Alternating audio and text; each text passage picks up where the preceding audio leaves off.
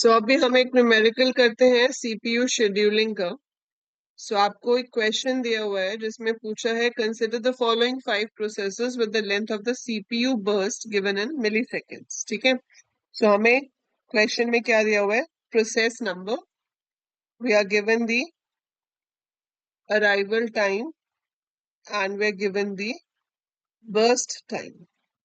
ठीक है, सो 5 प्रोसेसेस हैं, P1, P2, P3, P4, P5।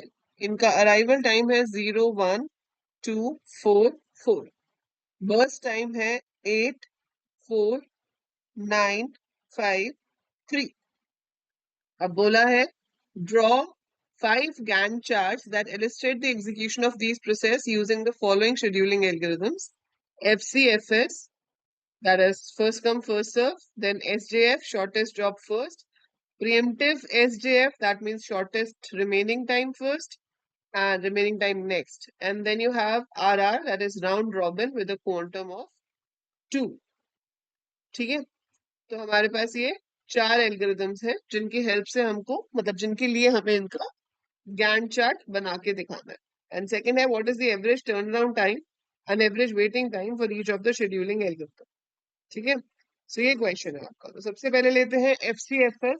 अगर हम इसको FCFS से बना रहे हैं, फर्स्ट कम फर्स्ट सर्व, तो ये आपका गैंट चार्ट है।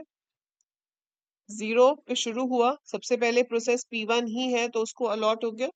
नॉन प्रिएम्प्टिव होता है फर्स्ट कम फर्स्ट सर्व, तो जो सबसे पहले आया वो एग्जीक्यूट होना शुरू हो गया, उसको चाहिए 8 का टाइम, वो 8 पे कंप्लीट होगा।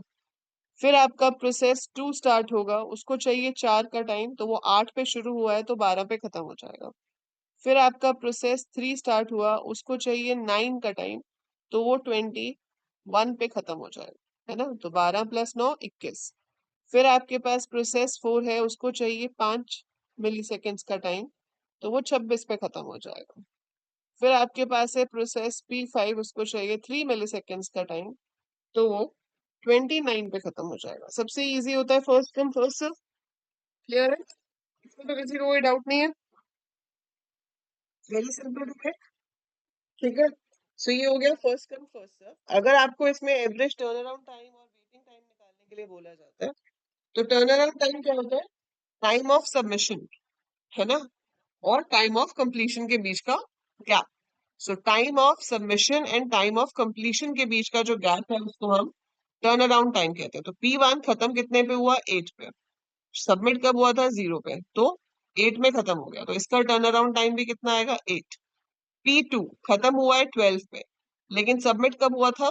1 पे।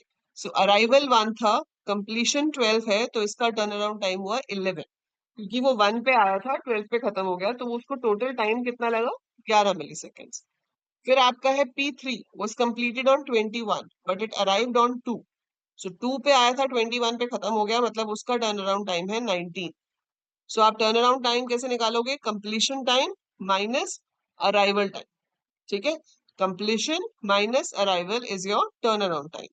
फिर आया आपका P4 26, 4 पे वो आया था तो 22। P5 का है 29, 4 पे आया था तो 25।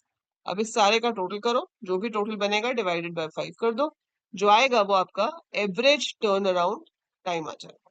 ठीक है, सो 9 और 1 10, 10 और 8 18, 20 25, 5 2 ऊपर गया, 2 3 4 5 6 7 85 divided by 5, so that comes out to be 16 point कितना बनाए?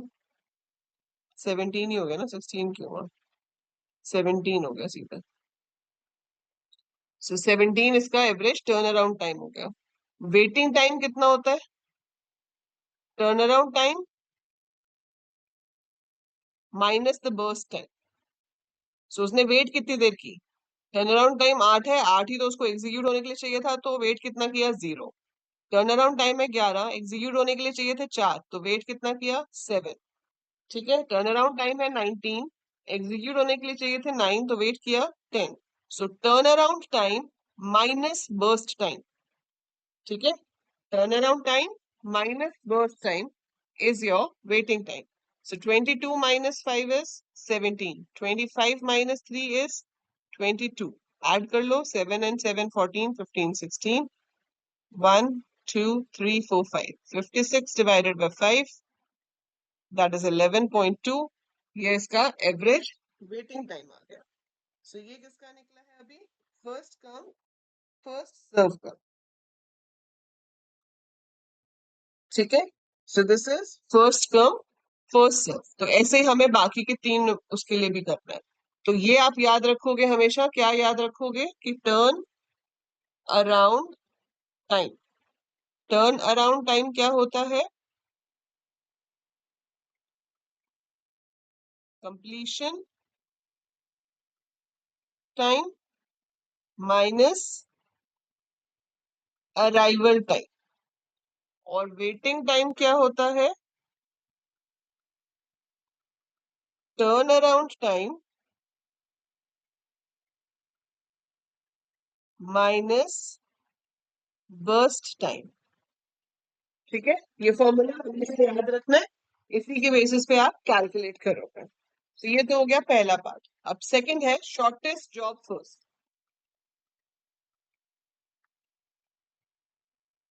अगर तो नॉन प्रिएम्प्टिव है तो शॉर्टेस्ट जॉब फर्स्ट होता है। प्रिएम्प्टिव का मतलब होता है कि जो जॉब एक बार प्रोसेस को असाइन हो गई। नॉन प्रिएम्प्टिव का मतलब है कि जो जॉब एक बार असाइन हो गई उसको हम बीच में नहीं रोक सकते। और प्रिएम्प्टिव का मतलब है कि जो जॉब असाइन हुई है जब उससे बेटर बाद में मिलेगी तो हम बीच में रोक सकते हैं। So we can stop.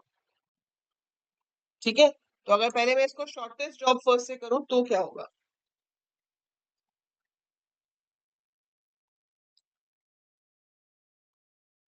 So let me scroll it up and do shortest job first है। सो अगर मैं यहाँ पर शॉर्टेस्ट जॉब फर्स्ट करती हूँ तो जीरो टाइम जो है हमारा, उस पे आपका सिर्फ प्रोसेस वन आया हुआ है। अब जीरो पे तो सबसे छोटा क्या है ही एक मेरे पास, देखा जाए तो मेरे पास एक ही है, वो है प्रोसेस वन। तो वही उस टाइम पे सबसे छोटा हुआ। आपने उसको सीपीयू को अलॉट कर दिया।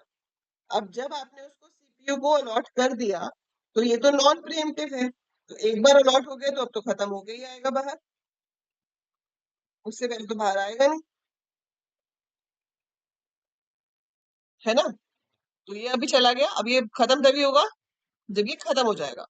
तो उस बीच आपके बाकी के सारे प्रोसेस आ चुके होंगे, क्योंकि हमारा अगला प्रोसेस वन पे आ रहा था, फिर फोर पे आ रहा है, फिर फोर पे आ रहा है। तो आपके बाकी के प्रोसेस तब तक आ चुके होंगे। तो जब ये खत्म हुआ उस टाइम पे मेरे पास बाकी के प्रोसेस आ चुके हैं। तो अब मैं उनमें से देखूंगी सबसे छोटा टाइम किसको चाहिए। उनमें से अब सबसे छोटा टाइम चाहिए P5 को। सो P5 को चाहिए सिर्फ 3 मिली सेकेंड्स, तो वो 11 पे खत्म हो जाए। फिर उसके बाद आपके पास सबसे छोटा टाइम चाहिए P2 को। P2 को चाहिए 4, तो ये 15 पे खत्म हो जाएगा। फिर आपके पास बचा P3 और P4, तो P4 को चाहिए 5, तो वो 18 पे खत्म हो जाएगा। आखिरकार बारी आएगी आपकी P3 की। कुछ गड़बड़ है, P3 को चाहिए 9, सो 18 प्लस 9 27। ये सेम आना चाहिए, नंबर क्यों लगा रहा है? ये था 8, P2 कितना था? 4, 8 और 4 12, ठीक है। P3 था 9, ये 12 प्लस 9 21 बनता है, ठीक है। 21 प्लस 5 26 बनता है, 26 प्लस 3 29 बनता है। तो यहाँ पे कुछ गलत है, ये वाला। हाँ ठीक है, P4 20 तक आएगा ना, ये गलत कर दिया मैंने। ये 20 तक आएगा, ये 29 आएगा। सो आप जब भी ये क्वेश्चंस करोगे ना, ये चीज हमेशा ध्यान रखना कि एंड सब सेम नंबर पे होने चाहिए। अगर ये एंडिंग नंबर अलग आ गया मतलब कुछ गलत है। ठीक है, सो एंड सबका सेम टाइम पे होगा। सो ये 29 पे हो गया, ठीक है। अब आप इसमें टर्न अराउंड टाइम अगर निकालते हो तो P1 का टर्न अराउंड टाइम क्या है? 8 पे कंप्लीट हुआ है, 0 पे आया था, ठीक है। P2, P2 कंप्लीट हुआ है 15 पे, आया था कितने पे? 1 पे, तो उसका टर्न अराउंड टाइम 14 होगा। फिर P3 29 पे खत्म हुआ है और आया था 2 पे, तो उसका टर्न अराउंड टाइम 27 होगा। ठीक है, so average turn around time फिर आपके पास है P4। P4 का टर्न अराउंड टाइम है 20 और वो आया था 4 पे, तो 16 हो गया। P5 खत्म हुआ है 11 पे, आया था 4 पे, तो 7। So this whole thing divided by turn around time is completion minus arrival. ऊपर तो लिखा हुआ है, ये तो लिखा है completion time minus arrival time. तो जिस टाइम पे वो कंप्लीट हुए माइनस जिस टाइम पे उनका अराइवल था। ऐसे ही जब आप एवरेज वेटिंग टाइम निकालोगे तो वेटिंग टाइम कितना आएगा? Completion minus burst, turn around time minus burst. P1 का टर्न अराउंड टाइम 8 है और बर्स्ट टाइम भी 8 है, तो 0 हो गया। फिर P2 का टर्न अराउंड टाइम है 14 और बर्स्ट टाइम P2 का कितना था? 4, तो इसका वेटिंग हो गया 10। P3 का टर्न अराउंड टाइम 27 है, बर्स्ट टाइम था 9, सो 18। P4 का टर्न अराउंड टाइम है 16, बर्स्ट टाइम था 9, तो 11 हो गया। P5 का टर्न अराउंड टाइम है 7, बर्स्ट टाइम था 3, तो 4 हो गया डिवाइडेड 5। ये जो भी आएगा वो आप यहाँ लिख लोगे। So that would be the average turn around time for shortest job first, average waiting time for shortest job first.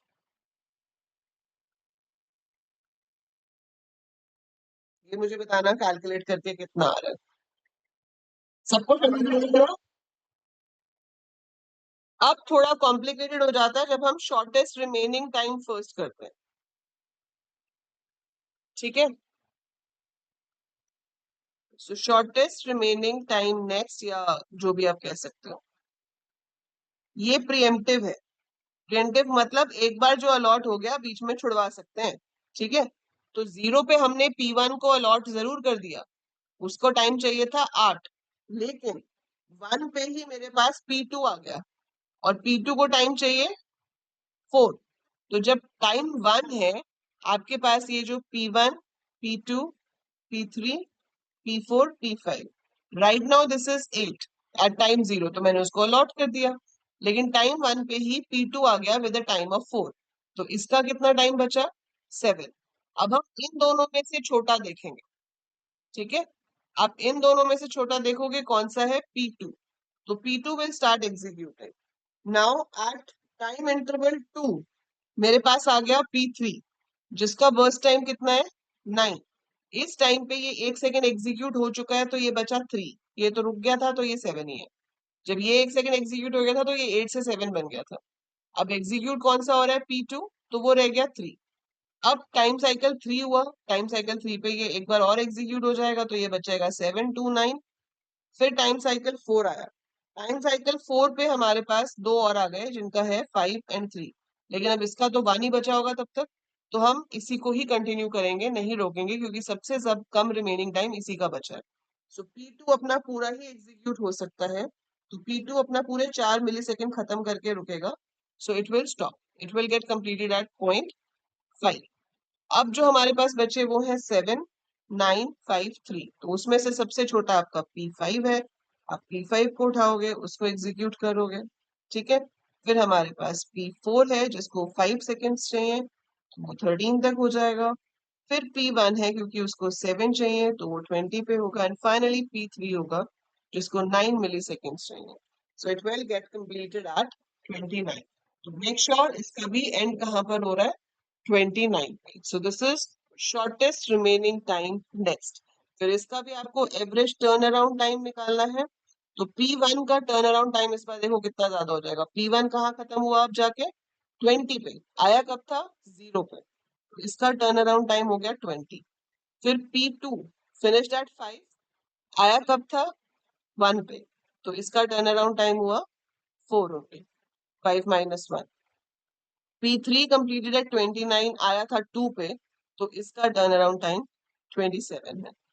P5 complete हुआ 8 पे, पहले P4 है।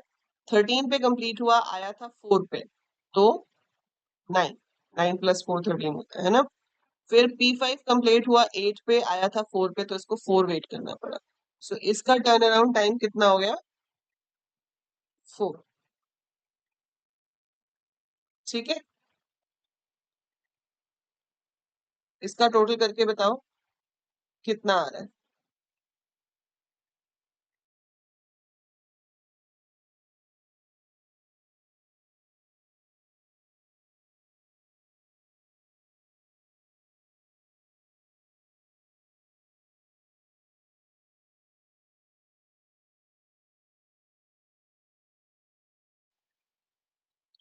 Next you have to find average waiting time. So average waiting time कैसे निकालेंगे? वही turn around minus burst. So 20 पे खत्म हुआ है आपका P1, बर्स्ट कितना था 8, मतलब 12 उसने वेट किया, इसका वेटिंग टाइम 0 हो गया। P3 27 है, बर्स्ट उसका है 9, तो उसने वेट किया 18। P4 का बर्स्ट है 5, तो 9 माइनस 5 4। P5 का बर्स्ट है 3 और उसका टर्न अराउंड टाइम लगा सिर्फ 4, तो 1 डिवाइडेड बाय 5। ठीक है, तो ये सब आप कैलकुलेट करके बताओ मुझे क्या आ रहा है। You have to write it down.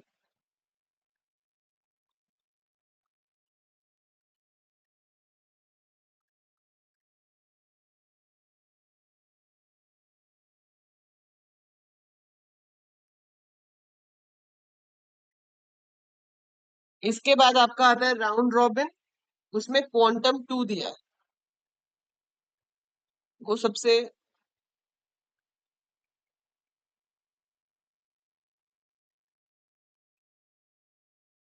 Interesting कह लो या टाइम कंज्यूमिंग कह लो, जो भी कह सकते हो आप इसको। तो आप जब 0 पे शुरू किए तो आपके पास P1 था जो 2 सेकेंड एग्जीक्यूट हुआ। सो P1, P2, P3, P4, P5। सो ये था 0 पे। ठीक है, अब जब ये 2 सेकेंड एग्जीक्यूट हो जाएगा तो 2 सेकेंड के बाद मेरे पास ये बचेगा 6 के साथ और ये बचेगा 4 के साथ, ये 9 के साथ। तो अगली टर्न P2 को मिलेगी। P2 जब 2 सेकेंड के लिए एग्जीक्यूट हो जाएगा, तो this was at 0, this is at 2, now this is at 4। ठीक है, तो अब आपके पास क्या बचेगा यहाँ पर? 6, 2, 9 और अगले दो भी मेरे पास आ जाएंगे।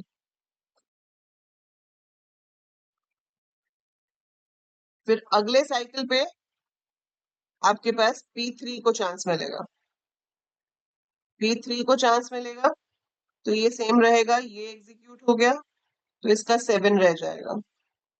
फिर P4 को चांस मिलेगा 8 पे, तो 8 जब खत्म हो जाएगा तो इसके 3 रह जाएंगे। फिर जब 10 होगा तो इसका 1 रह जाएगा। फिर वापस बारी P1 की आ जाएगी। सो 12 पे अब P1 4 हो जाएगा। फिर P2 की बारी आएगी, P2 की एग्जीक्यूशन खत्म हो जाएगी। सो एक आपका यहाँ पे कंप्लीट हो गया P2। So this is gone. फिर बारी आएगी P3 की, 2 सेकेंड के लिए एग्जीक्यूट होगा बट बचेगा 5। फिर बारी आएगी P4 की, 2 सेकेंड के लिए एग्जीक्यूट होगा, बचेगा 1। फिर आएगी बारी P5 की, बचा ही 1 सेकेंड है उसका, तो this is completed. So your second job got completed है। फिर हम वापस P1 पे पहुंच जाएंगे, तो 2 सेकेंड के लिए एग्जीक्यूट होगा, बचेगा 2। फिर बारी आएगी P3 की, 2 सेकेंड के लिए एग्जीक्यूट होगा, बचेगा 3। फिर बारी आएगी P4 की, 1 ही सेकेंड के लिए एग्जीक्यूट होगा, कंप्लीट हो जाएगा। फिर बारी आएगी P1 की, 26 तक एग्जीक्यूट होगा, कंप्लीट हो जाएगा। सो this is completed, this is completed. फिर बारी आ जाएगी P3 की, 28, फिर से P3 29। So that's how round robin works. Interesting है ना? ऐसे चलता है आपका राउंड रॉबिन। ठीक है, तो ये काफी टाइम कंज्यूमिंग क्वेश्चन होता है, तो अपनी प्रैक्टिस कर लेना, कहीं इसी को सॉल्व करने में आपके पेपर का बहुत सारा टाइम चला गया तो बाकी के क्वेश्चंस भी करने होते हैं। So you have to be like quite quick in this, तो इसकी प्रैक्टिस आपको बहुत करनी पड़ेगी ताकि आप इसे कर सको। अच्छा, अब इसका भी टर्न अराउंड टाइम निकालना है अगर आपको। सो P1, P2, P3, P4, P5 turn around time कैसे निकालेंगे? P1 कब खत्म हुआ है? 26 पे। 26 पे खत्म हुआ है, 0 पे आया था, तो टर्न अराउंड टाइम इज 26। फिर P2 got over at 14 and P2 came at 1, तो turn around time is 13। Round robin में टर्न अराउंड टाइम ज्यादा हो जाता है लेकिन रिस्पॉन्स टाइम काफी फास्ट होता है, तो वो सब साइमल्टेनियसली एग्जीक्यूट हो रहे होते हैं, इसलिए रिस्पॉन्स अच्छा जाता है लेकिन आपका टर्न अराउंड टाइम काफी ज्यादा होता है। P3 आया था 2 पे, तो 29 पे खत्म हुआ है, तो 27। P4 मेरा खत्म हुआ है 24 पे, तो 20 वेटिंग टाइम होगा। ये खत्म हुआ है 19 पे, तो 15 वेटिंग टाइम होगा, सॉरी टर्न अराउंड टाइम होगा। ये टर्न अराउंड टाइम है। वेटिंग टाइम में क्या होगा? टर्न अराउंड टाइम में से बर्स्ट टाइम माइनस कर दो। जैसे 26 माइनस 8 इज 18, P2 है 13, P2 का टाइम कितना था, सिर्फ 4, 13 minus 4 is 7, P3 is 27 minus 9 which is 18 या 16, क्या होगा, 18 ना। फिर ऐसे ही P4 का है 5, तो 15, 15 माइनस 3 12। सो इसका टर्न अराउंड टाइम एवरेज और वेटिंग टाइम काफी ज्यादा आता है, but this is how it works. ठीक है, सो ये आपका हो गया solution for all the algorithms. तो ये बहुत ही इंपॉर्टेंट है, ये भेज दूंगी मैं आपको इमेज। इसी पेपर में से जो ये 2019 का पेपर है, आप लोगों का होमवर्क, एक तो मैंने आपको बोला वो एलोकेशन वाला, दूसरा आपको क्वेश्चन नंबर 4 का बी पार्ट तो हमने अभी सॉल्व किया है। इसमें क्वेश्चन नंबर 2 है, जिसका बी पार्ट है, consider the following page reference string assuming demand paging with 4 frames, how many page faults would occur for the following replacement algorithm? ठीक है, LRU, FIFO एंड ऑप्टिमल। ये चीज आपने कंप्यूटर आर्किटेक्चर में भी पढ़ी है पिछले साल, और अभी भी आपने करा है। तो आप ये पेज रिप्लेसमेंट एल्गोरिथम्स के अकॉर्डिंगली बताओगे कि कितने पेज फॉल्ट्स होंगे। ठीक है, so try to solve this question, बाकी कल तो हम ये डिस्कस करेंगे। इसमें एक क्वेश्चन, एक न्यूमेरिकल बैंकर्स एल्गोरिथम का है आपका 6th में, फिर एक क्वेश्चन नंबर 7 में भी न्यूमेरिकल है फॉर डिस्क एक्सेस। तो ये जो बाकी के 3 न्यूमेरिकल्स हैं, we will be discussing them tomorrow. पर इस वाले को दोबारा से करके देखना खुद से। हाँ, डिमांड पेजिंग में न्यूमेरिकल होता है। अगर हुआ ठीक है, नहीं तो इस वाले को तो करना, या फिर एक काम करो, उसको मत करना। जो दो चार पेपर आपके पास हैं, उसमें जो भी शेड्यूलिंग एल्गोरिथम के न्यूमेरिकल्स है ना, वो ट्राई करो सिर्फ। Don't get confused. ठीक है, जो भी पेपर शेड्यूलिंग एल्गोरिथम के जो क्वेश्चंस हैं, try to solve them and get it check. फिर उसके जो डाउट्स होंगे पहले वो ले लेंगे, फिर एक और टाइप के एल्गोरिथम के अकॉर्डिंगली न्यूमेरिकल कराऊंगी, फिर सारे उसी के क्वेश्चंस प्रैक्टिस करना। That will help you to go through all of these well.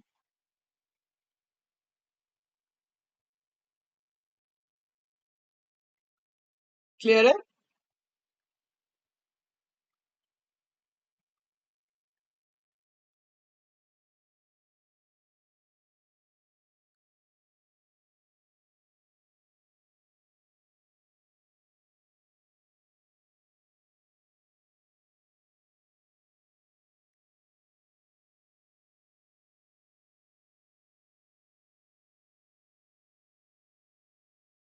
नहीं, अभी वो डिस्क, एक सेकेंड, डिस्क वाले वो मूवमेंट वाले एल्गोरिथम्स करने हैं ना, सी स्कैन वगैरह वाले, उसके बाद कंप्लीट हो जाएगी। That we will be doing tomorrow. So unit 4 में से आपका बेस्ट फिट वर्स्ट फिट वाले एल्गोरिथम्स, प्लस वो जो डिस्क स्कैनिंग के एल्गोरिथम्स है, वो हम कल करेंगे। And tomorrow we'll have class in the morning.